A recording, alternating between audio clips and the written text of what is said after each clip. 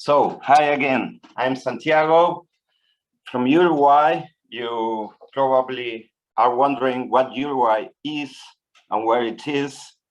We are that small country in South America between two giants, Argentina and Brazil, which you are probably more familiar with. We are gonna present preliminary findings from an ongoing work which builds upon Anthony Mann's and team's career readiness project you're familiar with. We're gonna cover these 4 topics. I'll introduce the study, and then my colleague Tabaré will pick up and share some results and discussion. As I was saying, we build upon Anthony Mann's et al.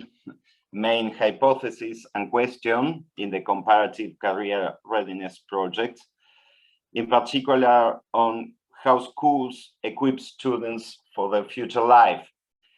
As it is this year, in 2021, Anthony and colleagues invited us to contribute with the project using evidence from the PISA longitudinal surveys from Uruguay.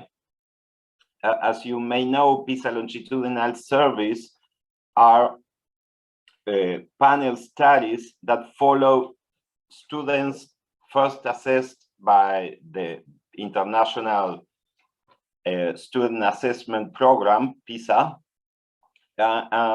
The PISA longitudinal surveys follow students' trajectories in the fields of education and occupation mainly. So we contributed with the main project using the first longitudinal study based on PISA, which mainly cover young people's life trajectories from ages 15 to 25. Our focus today was to replicate our first analysis using the second PISA study, which covers 2009 to 2014, in order to evaluate stability or changes in our main findings. The main purpose or the rationale behind this second set of analysis were our concerns on external validity, which may be caused by context-dependent mediations. In particular, the PISA 2003 cohort faced the school-to-work transition during the deepest socioeconomic crisis in Uruguay in the last decades, maybe in its modern history, which meant high unemployment rates, a strong increase in poverty, and decreasing salaries, in a nutshell. Conversely, the PISA 2009 cohort benefited from a prosperity period, which roughly went from 2005 to 2018. And this, in a sense, gives us the opportunity to use changes in the overall context, social and economic context, as a sort of natural experiment for validation. Basically, in a nutshell, we arrived to 5 main conclusions in our previous study. First, we found strong evidence concerning educational ambitions as expressed by 15-year-olds. As it was, educational ambitions were strongly associated with labor outcomes at age 25.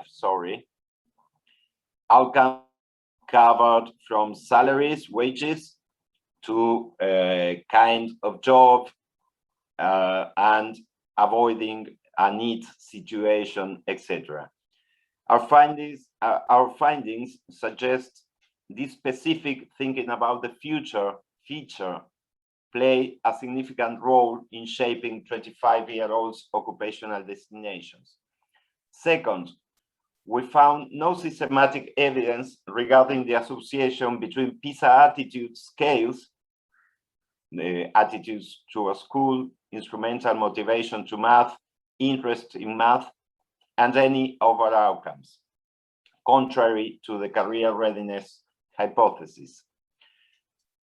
Third, we got partial evidence on the effect of school vocational orientation activities in the exploring the future dimension on occupational outcomes, and no evidence at all for participation in work-oriented courses. Lastly, we found effects were not constant across different populations, that is, between males and women, so between social classes, or between PISA strata or level of achievements. And this suggests interaction effects underlie the relationship under consideration. That's one important finding in our opinion. A word of caution is needed. We face some important shortcomings for replication. PISA 2009 had it focused on reading, not in math, as PISA 2003, and also changed several attitudinal measures. And of course, we can't make strong comparisons from different variables. We should also keep in mind that no measure of educational expectations at age 30, was included in the PISA 2009 questionnaire. As I said before, this one the strongest predictor of future labor outcomes, and we miss it in the second study. Lastly, the second PISA longitudinal study in Uruguay covers a different period of observation, up to age 21 instead of age 25 in the previous one. So we are not actually replicating, but using a second database to, let's say, compare overall, in a broad sense, our results. We focus here on one particular outcome, which is the risks of being neither employed nor in education or training. That's NEET, in a NEET situation. And for Uruguay, that has a specific meaning. It means young people are not working nor looking for a job and not in formal schooling. We focus also on school preparation for transition variables. And of course, we introduce a set of control variables, as Tabaré will say in a minute. Our data comes from the PISA longitudinal 2009 study, which covers a sample of students assessed by PISA in Uruguay that year.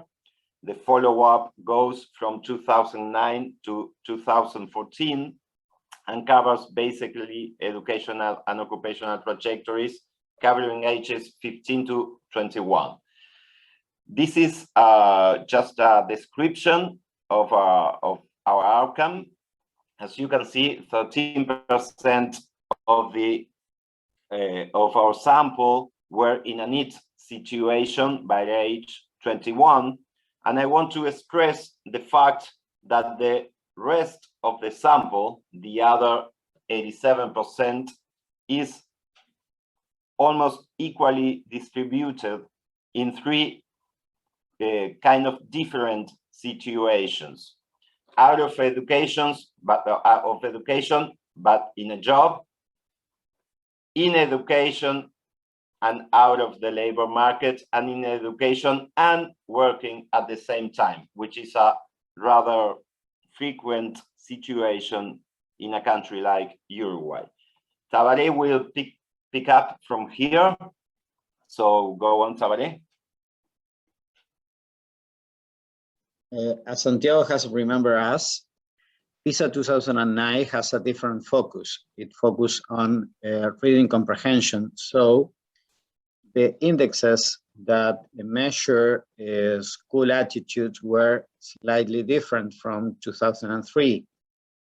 For example, we have the same index about attitude towards schools, but we do not have indexes about attitudes for mathematics. So we have to choose other proxies that tell us or that picture us something about the attitudes about schools. We choose attitude about computers because this question was asked the student, the 15 years old students, about computers and their uses in the schools. Then we thought about extend the indexes in two ways. The original indexes that were designed to cover the thinking about the future dimension. On one way, we thought that indexes about traditional school culture could be be signal thinking about future. So we pick up library use, the index of library use, enjoy reading, reading tasks for schools. These are several indexes measured by PISA 2009, and reading diversity.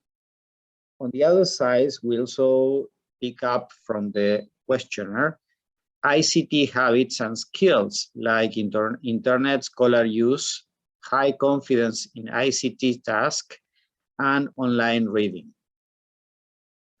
For talking about the future, we kept the same variables that we use in PISA 2003 survey, follow-up survey, that was vocational orientation activities done at the school level.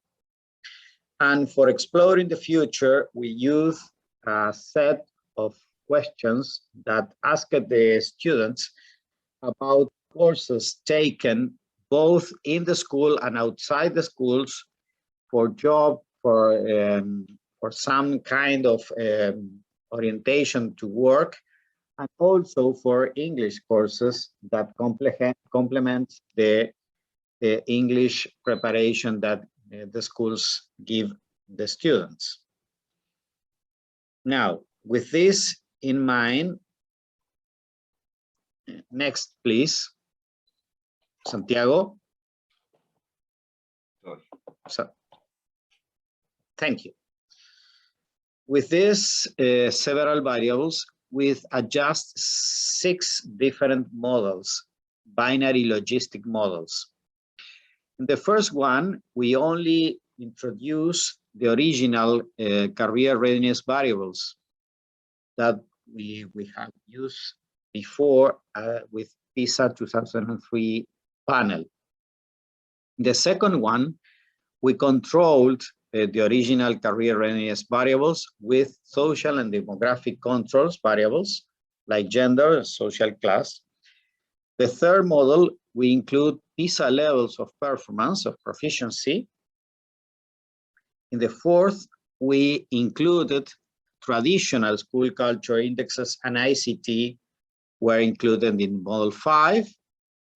And then in the 6 models, we introduced a proxy for a combination or a typology of gender and childcare at home.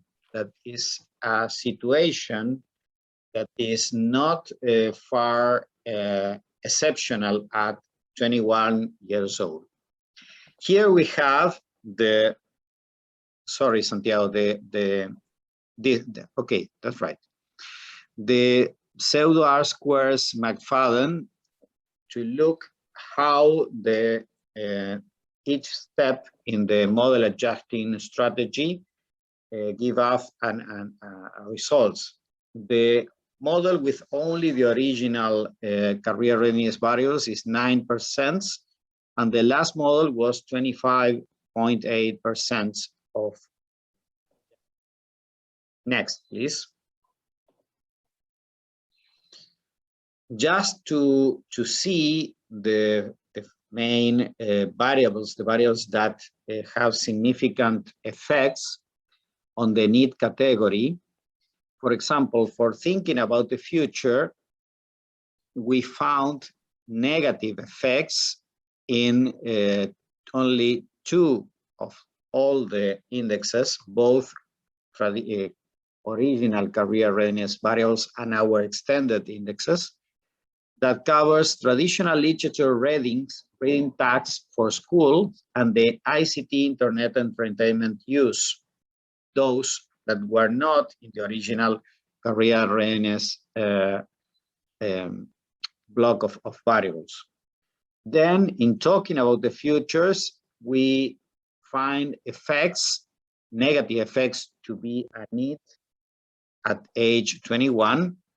At the last model, only for one of those situations, that was the having read a poster or having seen a poster informing the students about different choices that they can make in the post-secondary education.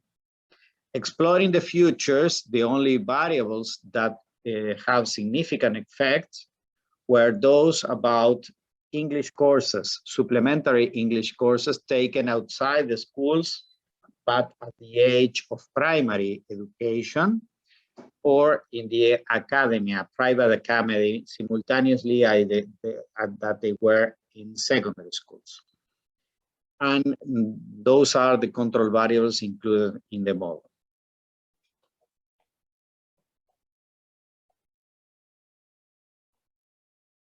You go, Santiago.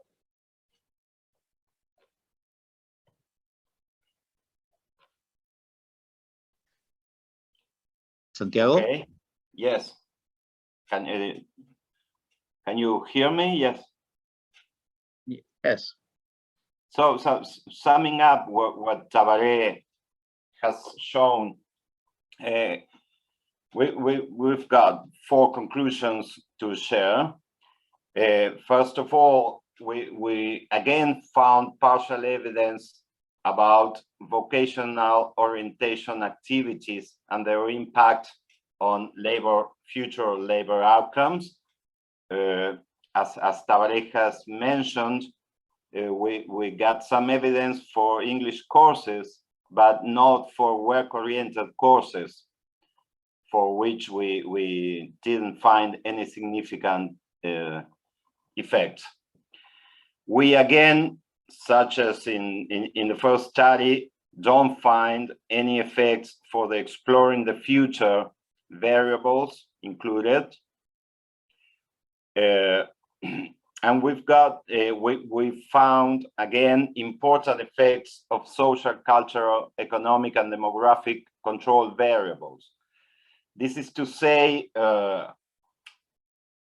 at least for Uruguay, our preliminary findings seem to suggest that classic sociological and economical hypotheses have strong empirical support than the career readiness, meaning once you control for social origins, school trajectory in terms of results, or socio-demographic transitions, such as becoming a mother in particular, more than becoming a father.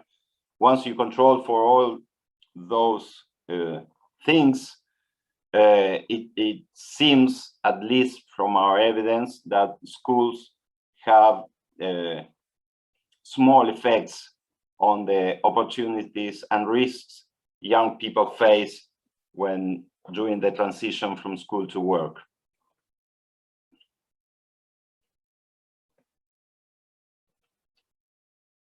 Our findings and the discussion we can make about our findings. We can conclude in two main ideas.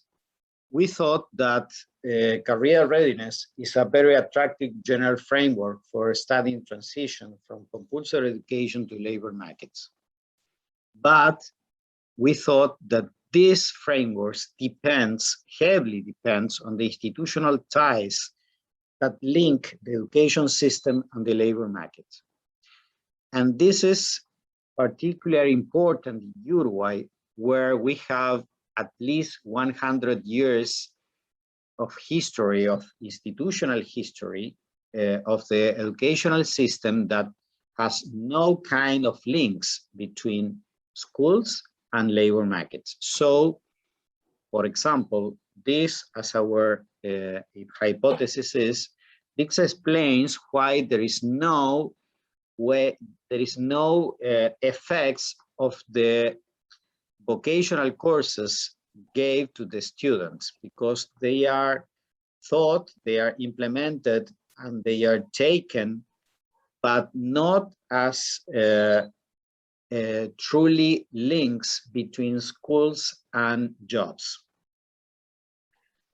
Our second main hypothesis that we can share with you, we would like to share with you, is that career readiness in Uruguay means a solid school habitus, in the sense of Bourdieu, habitus development, in order to advance to non-compulsory education.